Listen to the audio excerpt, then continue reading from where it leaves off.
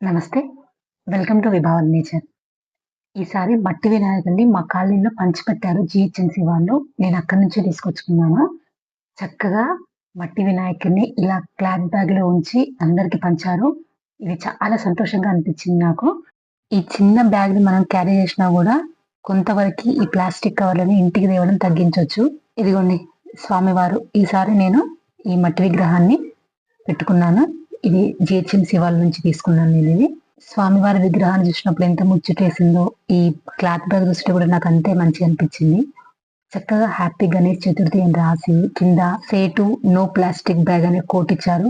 చాలా బాగా అనిపించింది. టెర్రస్ గార్డెన్ మెయింటైన్ చేస్తున్న వాళ్ళకి గానీ, పెరటి తోటలు మెయింటైన్ చేస్తున్న వాళ్ళకి గానీ, పూజా సమయంలో మన గార్డెన్ నుంచి పూలు తెచ్చి పెట్టడం అనేది చాలా స్పెషల్‌గా అనిపిస్తది. ఇదైతే చాలా స్పెషల్ మొక్క. ఎందుకంటే పోయినసారి నిమజ్జనం చేసిన తర్వాత నేను ఆ నిమజ్జనం కుండీలోనే ఈ మందార మొక్క పెట్టాను. ఈసారి వినాయక చవితికి నాకు చక్కగా పూలొచ్చాయి చూడండి. ఈసారి స్వామివారిని నిమజ్జనం చేసిన తర్వాత ఏం మొక్క పెట్టుకోబోతున్నానో చూడండి. అంతకన్నా ముందు మన గార్డెన్‌లో పూజకు సంబంధించిన పత్రి, అలాగే పప్పులోకి కావాల్సిన ఆకుకూరలు కూడా హార్వెస్ట్ చేసుకున్నాము. బయట నుంచి మనము ఎలాంటి పూలు తెచ్చుకున్నా గానీ, మన గార్డెన్ నుంచి వచ్చిన పూలు దేవుడికి పెట్టడం అనేది అదొక స్పెషల్ హ్యాపీనెస్ అది. అవునా కాదా చెప్పండి? తోటలు మెయింటైన్ చేసే వాళ్ళందరికి గూడా ఈ హ్యాపీనెస్ అనుభవంలోకే వచ్చుంటది. అది ఏ ఫ్లవర్ అయినా అవనివ్వండి. అలా చెట్టుకు ఉంచేసినా సంతోషమే. తీసుకొచ్చి దేవుడి ముందు పెట్టినా సంతోషమే. మన చేత్తో పండించింది ఏదైనా గూడా ఒక మెరుపు లాంటి హ్యాపీనెస్ అయితే వస్తుంది. రోజంతా ఉండకపోవచ్చు హ్యాపీనెస్. అవి చూస్తున్నంత సేపయితే ఖచ్చితంగా హ్యాపీగా ఉంటాము. గార్డెనింగ్ చేసే ప్రతి ఒక్కరి మనసులో అన్నమాట పండగ సంతోషం మొత్తం పైనే ఉందనిపిస్తుంది. ఎంత కలర్‌ఫుల్‌గా ఉన్నాయో ఆ పూలైతే.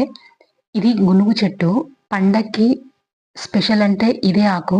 పచ్చిమిరపకాయలు, పప్పు, ఈ ఆకు, మనకు అందుబాటులో ఉన్న ఆకుకూరలు, చింతకాయలు ఇవి వేసి చేస్తారు. మా సైడ్ ఇదే స్పెషల్. ఉండ్రాళ్ళ తర్వాత స్పెషల్ అంటే ఈ ఆకుకూర పప్పే. దీంట్లో స్పెషల్ ఏంటంటే ఈ గునుగాకే. నేను ఎరువు కోసం అని జెప్పేసి నాటావు పేడ తెచ్చుకున్నాను గదా! అది వేయడం వల్ల వచ్చిందిది. ఇది నేను వేసిన విత్తనం అయితే గాదు. దాంట్లో వచ్చిందే ఇది. మీకు ఇలాంటి పాతకాలం నాటి ఆకుకూరలేమైనా గావాలంటే మాత్రము ఖచ్చితంగా ఆవు పేడను యూజ్ జేయండి. రకరకాల ఆకుకూరలొస్తాయి. మనం వేయాల్సిన పని గూడా లేదు గింజలు. కాకపోతే ఇలా ఫ్రీగా తిరిగే ఆవులు, నాటావులుంటాయి గదా ఊర్లలో, అలాంటి దగ్గర నుంచి తెచ్చుకోవాలి. ఈ జెర్సీ ఆవులు, ఫామ్‌లో ఉండే ఆవుల నుంచి గాదు. ఆవు పేడ తెచ్చుకోవాల్సింది. మన నాటావు పేడ తెచ్చుకున్నప్పుడే మనకు ఇలాంటి మంచి మంచి ఆకుకూరలనేవి ఒస్తాయి. పొన్నగంటి, చుక్కకూర, ఎర్ర తోటకూర, తోటకూర తీసుకున్నాను. షామాకు గూడా ఉంది. కానీ ఎప్పుడు యూజ్ చేయలేదు నేను. కాబట్టి కొత్త ప్రయోగం ఎందుకని దాన్ని తెంపలేదు. నెక్స్ట్ వచ్చేసి పాలకూర తెంపుతున్నా. అలాగే మనకు పూజలకు కావాల్సిన మరువం. పూజకు కావాల్సిన కొన్ని పత్రి మన గార్డెన్‌లో ఉంటుంది. కొంచెం మనం వెతుక్కోవాలి. కంపోస్ట్ వేసినప్పుడు వచ్చింది ఈ మామిడి మొక్క. ఆకుల కోసమని అట్లనే ఉంచిన. నెక్స్ట్ ఇంకొక ఆకుకూరొచ్చేసి గోంగూర. పోయినసారి వినాయక చవితికి ఉత్తరేణి ఉండే నా దగ్గర. అది పోయింది. నెక్స్ట్‌ది రావి ఆకు. 21 పత్రిలో ఇది గూడా ఒకటి. బోన్సాయ్ లాగా చిన్న మొక్క పెట్టుకున్నాను. 4 ఇయర్స్ నుంచి అట్లనే ఉంటుంది. నెక్స్ట్ వచ్చేసి దానిమ్మ పత్రము.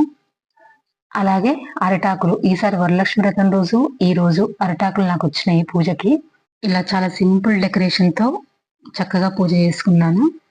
ఆకులు, పూలు, పత్రి మన గార్డెన్ నుంచి ఏవొచ్చినాయో వాటితో మాత్రమే చేసుకున్నాను.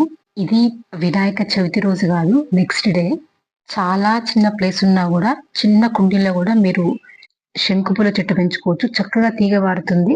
ప్రతిరోజు పూజకు గావాల్సిన పూలైతే కంపల్సరీగా వస్తాయి. కొంచెం ఎండ తగిలే ప్లేస్‌లో పెట్టుకుంటే తప్పకుండా మీకు పూలొస్తాయి. ఇవి చాలా కలర్స్‌లో ఉంటాయి. రీసెంట్‌గా నేను కొన్ని కలర్స్ అయితే పెట్టుకున్నాను. ప్రెజెంట్‌గా అయితే నాకు ఈ బ్లూ కలరే వచ్చాయి. పూలు, పత్రే గాదు, కొన్ని రకాల పండ్లు గూడా వచ్చినాయి ఈసారి పూజకి. అంజీరా, ఈ మల్బరీ ఇదైతే బాల్కనీలో పెట్టుకున్నాను. కిచెన్ బాల్కనీలో. చాలా మంచిగా వస్తున్నాయి చూడండి. ఆకు మొత్తం కంప్లీట్‌గా తీసేసిన తర్వాత ఎంత బాగా వచ్చాయో చూడండి. చిన్న కొమ్మ పెట్టుకున్నా గూడా ఈజీగా వస్తది. ఇప్పుడు పెట్టుకుంటే నెక్స్ట్ ఇయర్ కల్లా మీకు పండ్లొస్తాయి. నిమజ్జనం రోజు మటుకు బయట నుంచి కొన్ని గులాబీలు తీసుకొచ్చాను. కొన్ని గులాబీలు, చామంతి పూలు తీసుకొచ్చాను. మనం జేసే పూజ ఏదైనా గూడా ప్రకృతిలో కలిసిపోయేటట్టుండాలి. కానీ ప్రకృతికి విరుద్ధంగా ఉండొద్దు. చక్కగా మన గార్డెన్‌లోనే నిమజ్జనం అయిపోయింది. గార్డెనింగ్ చేసే వాళ్ళ ప్రతి ఒక్కరి పండుగ ఇంచుమించుగా ఇలాగే ఉంటుందని అనుకుంటున్నాను. పోయినసారి తెచ్చుకున్న మట్టి వినాయకుడు కొంచెం నల్ల రేగడి అంటారు కదా, అలా ఉంది. ఈసారి మాత్రం పూర్తిగా మట్టిలాగానే ఉంది. ఈ జిహెచ్ఎంసి వాళ్ళు ఇచ్చిందైతే.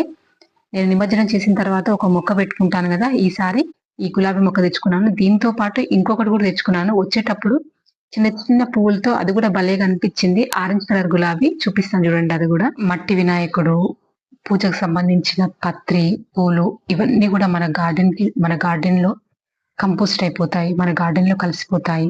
ఆ కుండీలోనే ఒక మొక్క పెట్టుకున్నాం అనుకోండి, చక్కగా అది పూలు పూసిన, కాయ కాసిన ప్రతిసారి మనకి పండగ గుర్తొస్తూ ఉంటుంది. దీంతో పాటు నేను తెచ్చుకున్న మరో గులాబీ మొక్క ఇది నేను నిమజ్జనం చేసిన కుండి, నేను తెచ్చుకున్న కుండి మొక్క. ఇది వచ్చేసి లాస్ట్ ఇయర్ నేను పెట్టుకున్న మందార మొక్క. ఈ కుండీలోనే నిమజ్జనం చేశాను, దాంట్లోనే ఒక మందార మొక్క పెట్టుకున్నాను. మొన్న నాకు వినాయక చవితి రోజు చక్కగా పూలు వచ్చాయి. ఈ రోజు చెట్టు మీద ఒక 3-4 మొగ్గలతో ఉంది.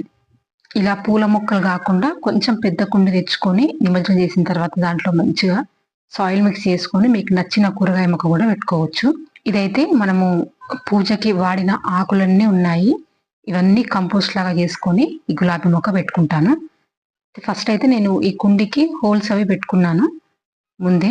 లాస్ట్ ఇయర్ నేను కొత్త కుండీలోనే నిమజ్జనం చేసుకున్నాను. కాకపోతే మళ్ళీ తీసి మళ్ళీ కిందికి వెళ్ళి దానికి హోల్స్ పెట్టుకోవడం ఇబ్బంది అనిపించింది.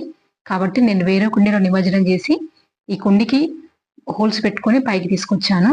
ఇలా పెంక ముక్కలు పెట్టేసుకొని మనము పూజలో వాడిన పూలు కానీ ఆకులు కానీ అన్ని వేసేసుకోవడమే. ఇది ఆల్రెడీ నేను సాయిల్ మిక్స్ చేసుకున్నాను. వర్షాలకి మొత్తం పాకురు కూడా వచ్చింది.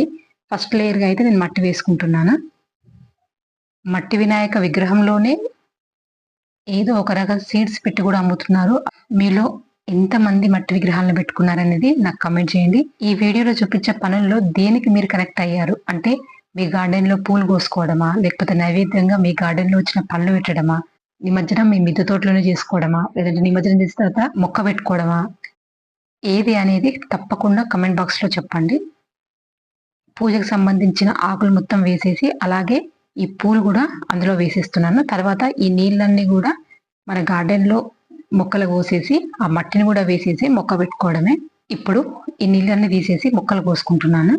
పిల్లలకు కనుక ఇలాంటి పనులు చేయమని చెప్తే చాలా హ్యాపీగా చేస్తారు. వినాయక చవితి పండుగ అంటేనే వాళ్ళకి చాలా ఇష్టము. ఇలా ఇంట్లోనే వాళ్ళతో నిమజ్జనం చేయించి ఏదో ఒక మొక్క వాళ్ళ చేత పెట్టించండి, ఒక మంచి విషయాన్ని నేర్పిన వాళ్ళు అవుతారు. నర్సరీకి వెళ్ళి మొక్కే కొనుక్కోవాలని ఏం లేదు. మీ దగ్గర ఉన్న ఏ గింజలైనా వేసుకోవచ్చు, లేదంటే కూరగాయ గింజలు ఏమన్నా వేసుకోవచ్చు, అలాగే తులసి గింజలైనా వేసుకోవచ్చు. ఇదిగోండి మట్టి చూడండి, సేమ్ ఎర్రమట్టి లాగానే ఉంది, అసలు రేగడి మట్టి లాగా లేదు. ఈసారి కొన్ని ఎండాకాలంలో తీసి పెట్టుకున్న మామిడాకులు ఉండే, అవి కూడా కొన్ని వేస్తున్నాను కుండీ లైట్ వెయిట్ కావడానికి. ఇలా 75% కుండీ అయితే నింపుకున్నాను ఈ పత్రి, పూలు, మన నిమజ్జనం చేసిన మట్టితోటి. ఇప్పుడు ఈ గులాబీ మొక్క అందులో పెట్టి తర్వాత మిగిలింది ఫిల్ చేస్తాను. ఈసారి తెచ్చుకున్న గులాబీ మొక్క అయితే చాలా స్ట్రాంగ్ గా ఉంది. ఈ స్టెమ్ అనేది దీనికి అంటుగట్టారు. మట్టి కొంచెము గట్టిగా అనిపిస్తుంది చుట్టూ మట్టి, అందుకనే కొంచెం తీస్తున్నాను. ఈ మట్టి తీసి పెట్టుకోవాలా తీయకుండా పెట్టుకోవాలా అంటే మీరు ఇంతకు ముందు ఎలా పెట్టుకుంటే మొక్క బాగా వచ్చిందో అలా పెట్టుకోండి. నేనైతే మట్టి కొంచెం మెత్తగా అనిపిస్తే నేను తీయను, దాన్ని కదపకుండా అలాగే పెట్టేస్తాను. ఈసారి కింద మట్టి చాలా గట్టిగా అనిపించి అందుకనే కొంచెం వరకు తీసేసాను నేను. ఈ కుండలో కిచెన్ కంపోస్ట్ ఉండే, కొంచెం అది కూడా యాడ్ చేశాను. నా దగ్గర నీమ్ పౌడర్ అయిపోయింది కాబట్టి ఈ ఆర్గానిక్ మిక్స్ అనేది వేస్తున్నాను. మనం కిచెన్ వేస్ట్, కంపోస్ట్ ఇవన్నీ వేసాం కాబట్టి ఒక 2 గిప్పుళ్ళు ఇది వేస్తున్నాను నేను. ఈ వేరుకుళ్ళు అలాంటివి రాకుండా ఉండడానికి. కొత్త ముక్క తెచ్చి పెట్టుకున్నప్పుడు కానీ, రీపాట్ చేసినప్పుడు కానీ మీ దగ్గర ఎప్సమ్ సాల్ట్ ఉంటే ఖచ్చితంగా ఒక 2-3 చెంచాలు వేయండి. ముక్క అనేది డిస్టర్బ్ కాకుండా ఉంటుంది, హెల్దీగా వస్తుంది. నేను వెళ్ళిన నర్సరీలో చాలా కలర్స్ ఉంటే, కానీ చూడగానే వెంటనే నాకు ఈ మొక్క తీసుకోవాలనిపించింది. ఇక నేను వేరేవి చూడలేదు. కానీ వచ్చేటప్పుడు ఈ ఆరెంజ్ కలర్ చిన్న ఫ్లవర్స్ చూపించాను కదా, అది కూడా తీసుకోవాలనిపించింది. అందుకనే ఈసారి 2 తీసుకున్నాను మొక్కలు. మొత్తానికి నిమజ్జనం చేసిన కుండీలో మొక్క పెట్టడం అయిపోయింది. అలాగే ఈ 2వ మొక్క కూడా ఆల్రెడీ నా దగ్గర కుండీ ఉంటే దాంట్లో పెట్టేశాను. 2 గులాబీ మొక్కలు సెట్ అయిపోయినాయి ఇందులో. ఈ పెద్ద కుండీ అయితే నేను కొత్తగా తీసుకొచ్చుకున్నాను. ఈ చిన్న కుండీ అయితే ఆల్రెడీ ఉన్న కుండీలోనే ఈ మొక్క పెట్టుకున్నాను. మట్టి వినాయకులు పెట్టుకున్న వాళ్ళందరికీ కూడా మనస్ఫూర్తిగా ధన్యవాదాలు. అలాగే ప్లాస్టిక్‌ని గూడా ఎంతో కొంత తగ్గించండి. ముఖ్యంగా పాలిథీన్ కవర్స్‌ని ఒకేసారి పూర్తిగా మానేయమని చెప్పట్లేదు. మెల్లమెల్లగా తగ్గించండి. బయటికెళ్ళేటప్పుడు గుర్తుపెట్టుకొని ఒక క్లాత్ బ్యాగ్ తీసుకున్నట్లయితే ఎంతో కొంత ప్లాస్టిక్ కవర్లు ఇంట్లోకి రావడం తగ్గుతుంది. మీరు నిమజ్జనం చేసిన కుండీలో మొక్క పెట్టుకున్నట్లయితే ఏం మొక్క పెట్టుకున్నారో తప్పకుండా నాకు కామెంట్ చేయండి. ఇది ఈరోజు వీడియో. వీడియో బాగుందనిపిస్తే తప్పకుండా లైక్ చేయండి, షేర్ చేయండి, సబ్స్క్రైబ్ చేసుకోండి. జై బోలో గణేష్ మహారాజ్‌కి జై.